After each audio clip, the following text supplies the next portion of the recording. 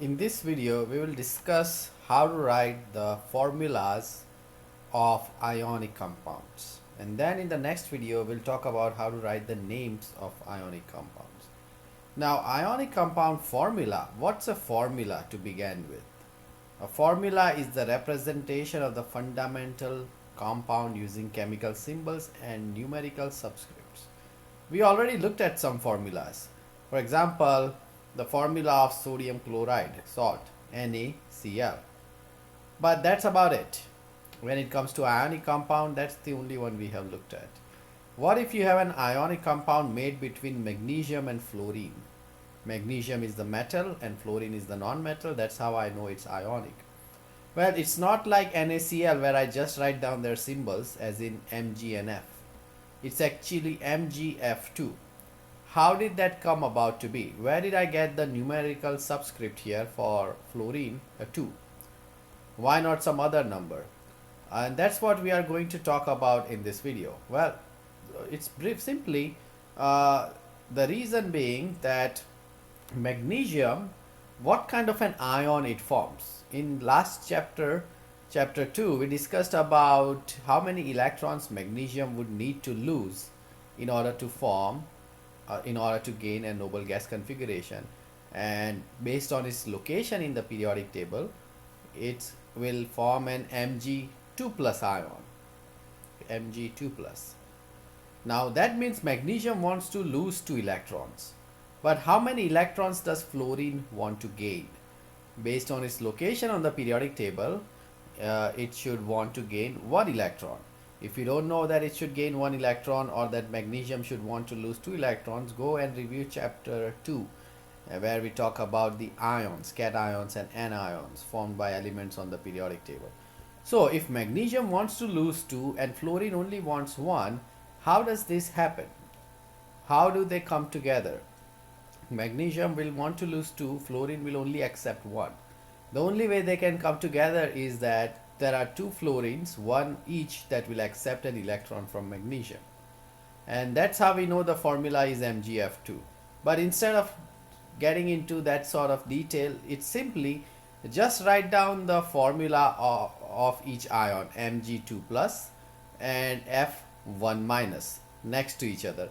And then move over the charge that you see on magnesium onto the right side as a subscript for fluorine, and move over the charge you see for fluorine as a 1 plus in that case, and move it over to magnesium as a subscript, because if 1 is a default value we don't need to show 1, and simply that will give you MgF2. Let's look at some examples here and it will become very clear. Here you have aluminum and sulfur.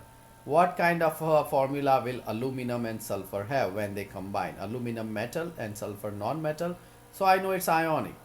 Well, if you look on the periodic table, based on its location, aluminum will want to lose 3 electrons to achieve the noble gas configuration, forming aluminum 3 plus.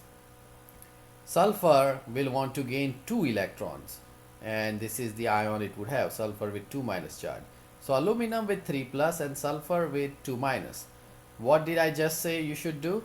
Move the 3 plus, or just the number, ignore the charge, just the number 3 over as a subscript for sulfur, and move over this 2 as a subscript for aluminum, and the formula in which you don't show the charges will become Al2 as a subscript and S3 as a subscript, Al2 as 3.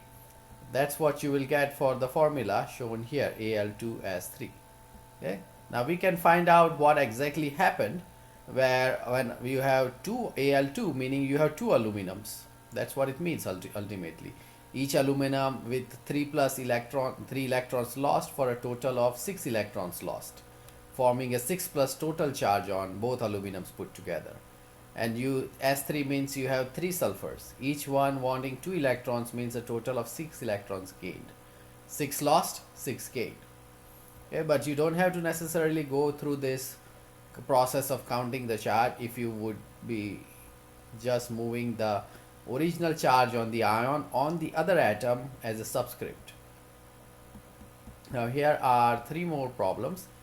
Predict the formula of the compounds formed from the combination of ions of the following elements: calcium and nitrogen, magnesium and bromine, and magnesium and nitrogen.